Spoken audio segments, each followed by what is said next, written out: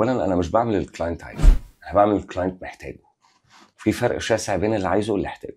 لما الكلاينت مثلا بيشتري بيت، هو ما اشتراهوش عشان لما راح شافه قال ده بيت احلامي اللي متفصل بالظبط اللي انا بفكر فيه. لا، هو راح اشترى مكان موجود في حته قريبه او في نطاق هو كان بيدور عليه. ممكن يكون حد من دوائر معارفه، صديق ليه او حاجه، رشح له المكان ده مناسب للبادجت بتاعته. كعدد غرف وكمساحه مبدئيا ممكن. فهي العوامل دي كلها على بعضها مستحيل تخلي المساحه والفراغ اللي هو اشتراه 100% زي ما هو عايز. هو ممكن يكون بنسبه 70 80%. وده بيبان دايما لما بيحصل الزياره وبنبدا ندردش، طب انت حابب كذا، طب انت محتاج كذا. فبسال ساعات سؤال كده اللي هو ينفع؟ هو ينفع.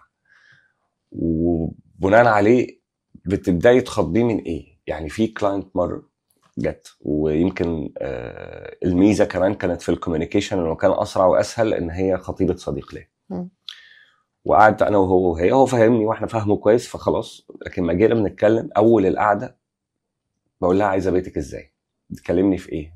الوان. انا عايزه البيت اوف وايت، انا عايزه البيت مش عارف ازاي، انا عايزه خشب قليل جدا في كرسي السفره، انا مش عارف عايز ايه. بتتكلم في الوان، مفيش ديتيلز حتى. اخر القعده هي بتتكلم في ميكانيزم البيت. انا عايزه ابقى وانا بستخدم المطبخ بص على كذا وبستخدم كذا، لما ادخل الاوضه انا محتاجه 1 2 3 4. انا ممكن ابقى محتاجه فعلا دراسنج، ما كانتش موجوده المساحه دي كاوبشن عندها. بدانا ندخل في التفاصيل، هي عايزه تعيش ازاي، مش شكل البيت يكون عامل ازاي.